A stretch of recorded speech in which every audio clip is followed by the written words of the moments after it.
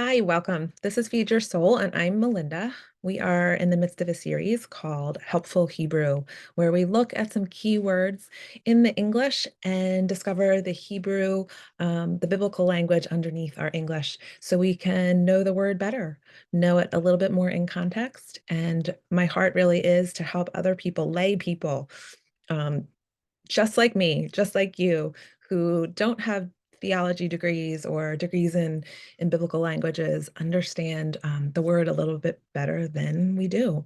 And I'm not a Hebrew speaker. I'm a Hebrew learner, and me and my kids, through our homeschool years, spent a good 10 years learning some Hebrew vocabulary. So this is just us sharing that with you. Our series this week is focused on Genesis 6:9 through chapter 11, and it's the portion in the Torah called Noah, appropriately, because it starts with him and what he does. So Noach is how you would say that in Hebrew. And I will always say, I'm not a Hebrew speaker. This is about like vocabulary, and I apologize if I murder the pronunciation. If you know how to pronounce these words, and I get them wrong, please let me know phonetically in the comments.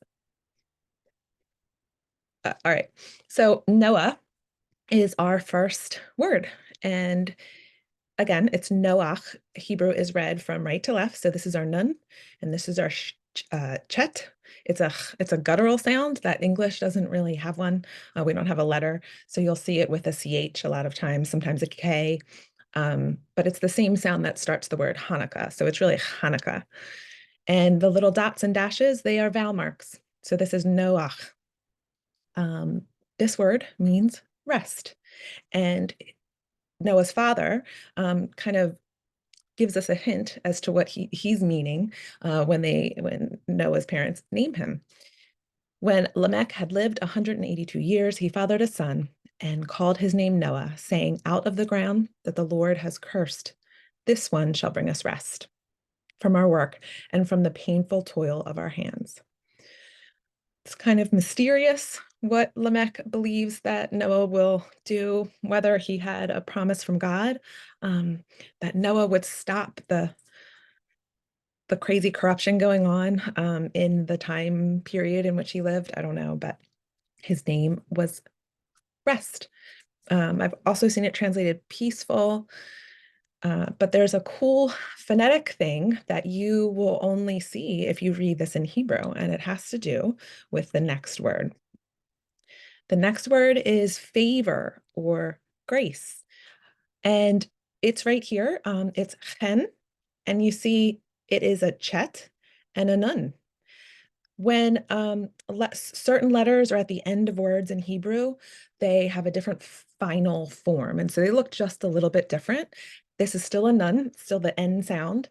And so it's chen, which is favor or grace. And let's just go back real quick and look, right? So it's nun chet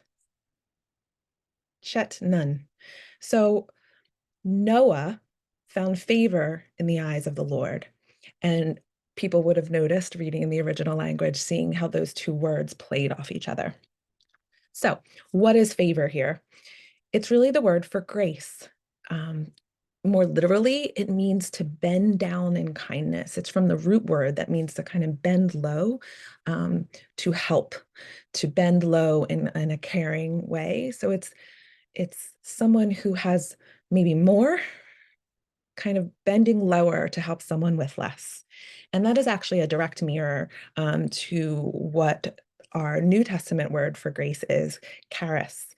Um, so that'll be another word study where we do some Greek, but the word for grace in the New Testament comes from the relationship between a patron, which meaning like someone who's wealthy, um, and someone who doesn't have, right? And so they give a gift to someone who's trying to maybe run a business or do something, but the patron gives a gift called charis, and it's not a loan. It's not expected to be paid back. It is the person who receives it is generally unable to pay it back, but what they do give back is honor and respect to their patron. So when you see the word grace in the Bible, you can think bending down low in kindness or giving a gift that cannot be returned. But what we do return is honor and gratitude.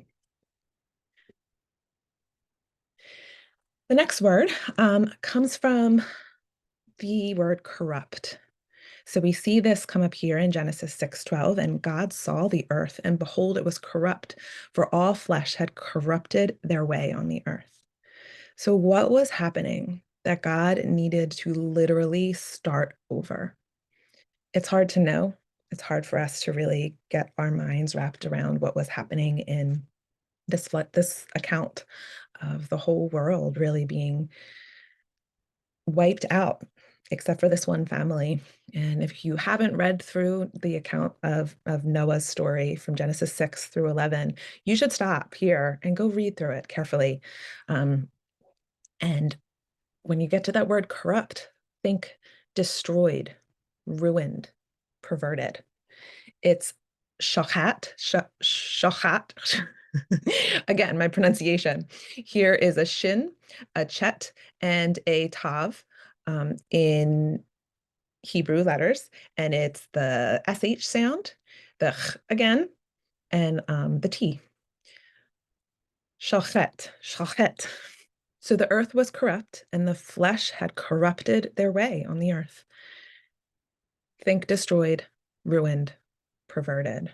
Those are pretty harsh words. And whatever was happening, whatever happened to the earth was done by the humans, perhaps from what had gone on with the Nephilim, but it was so bad that God could not even, it was even the animals had to go. So, yeah, pretty sobering.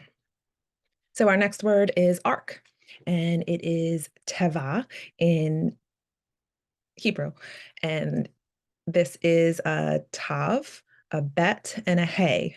Now I can't remember. Did I call this a tav back here or a tet? There are two T sounds in Hebrew, and sometimes I will mix them up. It's a tav. This is a tav, and so is this.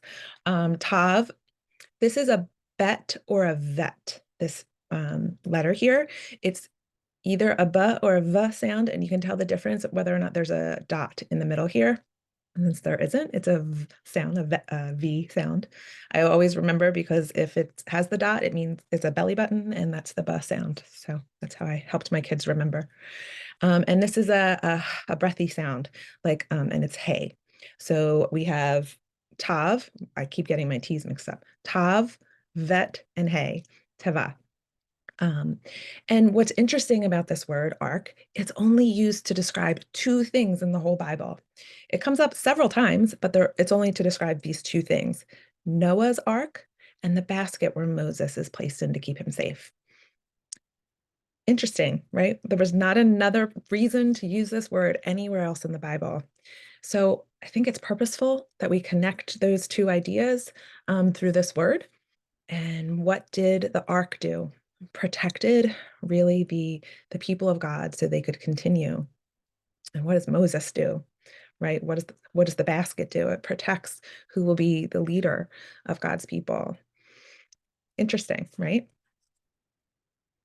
Okay, our next word is the word for water, and it's ma'im. We have a mem here, a yod, and this is a final mem. So it's the same letter, mem and mem, but it looks a little bit different when it comes at the end of the word. That only happens in a few letters. Mem is one of them. So ma'im. The waters prevailed and increased greatly on the earth, and the ark floated on the face of the waters. Ma'im is a beautiful word. Um, the word for heaven is shemayim. So you can see the waters. There's a connection between waters and the heavens, which is interesting.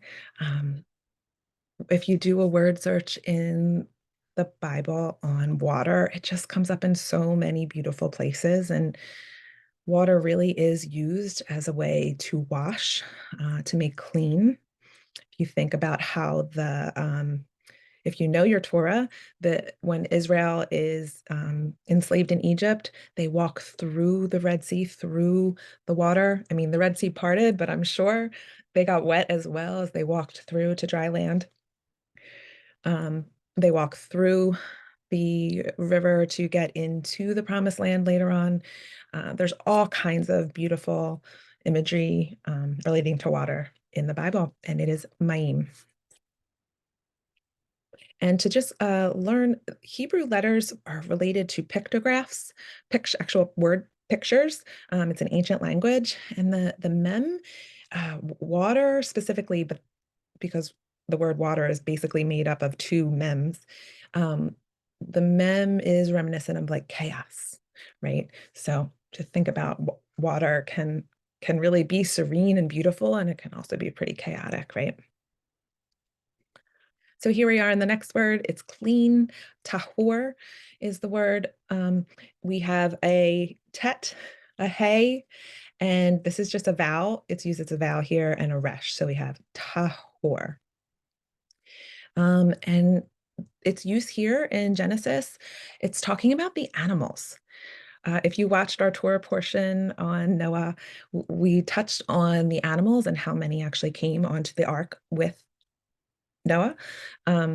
There were two pairs, right? They came in sets of two, except the clean animals. There were seven pairs, seven sets of two. So it's really an important concept to understand, because even then, Noah was quite aware of clean and unclean animals. And why would he need to bring more clean animals than unclean? Because they were going to be the ones for sacrifice and also to be able to eat. And just an idea, and I want people to kind of grasp this idea as we are doing these. What is sacrifice? It's a peace, it's a way to make peace with God, but it's also his table. Like, we're his creatures come to his table, right?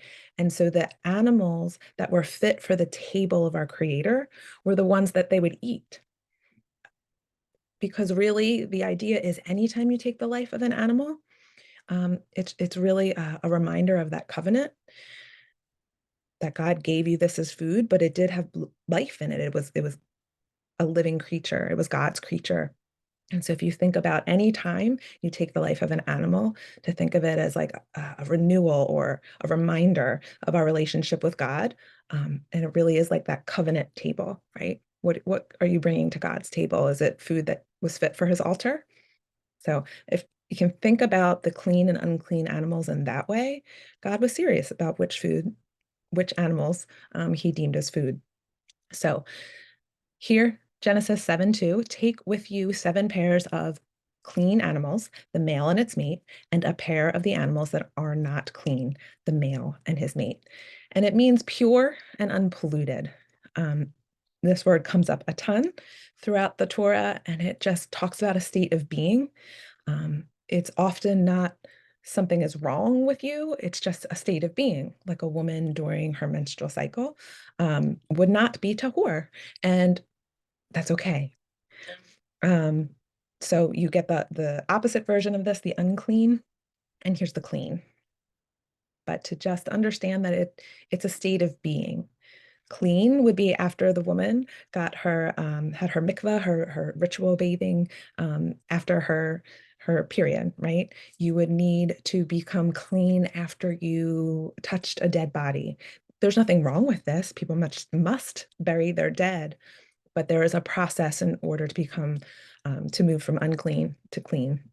And we'll go into that a lot more in future episodes as we get to like the sacrifices and the tabernacle and all of those things. But it's really fascinating. But the idea of clean and unclean doesn't mean good or bad in and of itself.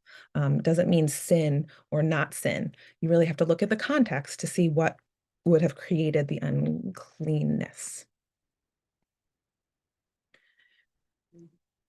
So the next word here is a dual word. It has two meanings, and we've already seen both of them in our two Torah portions. So back in this bottom verse, back in Genesis 1, the second verse in the whole Bible, the earth was without form and void, and darkness was over the face of the deep. And the Spirit of God was hovering over the face of the waters. So spirit. Then here in Genesis 8:1, but God remembered Noah and all the beasts and the livestock that were with him in the ark. And God made a wind blow over the earth, and the water subsided. Both these words, wind and spirit, have the Hebrew word ruach behind it. It's the same word. Here we have resh. Here we have, this is a vowel. So it's ruach, the chet again with that guttural sound. So Hebrew tends to be a pretty concrete language, at least with its words. Hebrew has a ton of lofty ideas and ideas that are not necessarily concrete, but they all relate back to physical concrete words.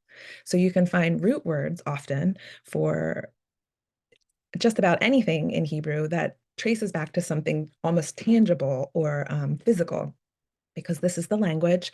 This is how languages that are based in pictures usually are, because if you can make a picture of it, it's often something you can touch.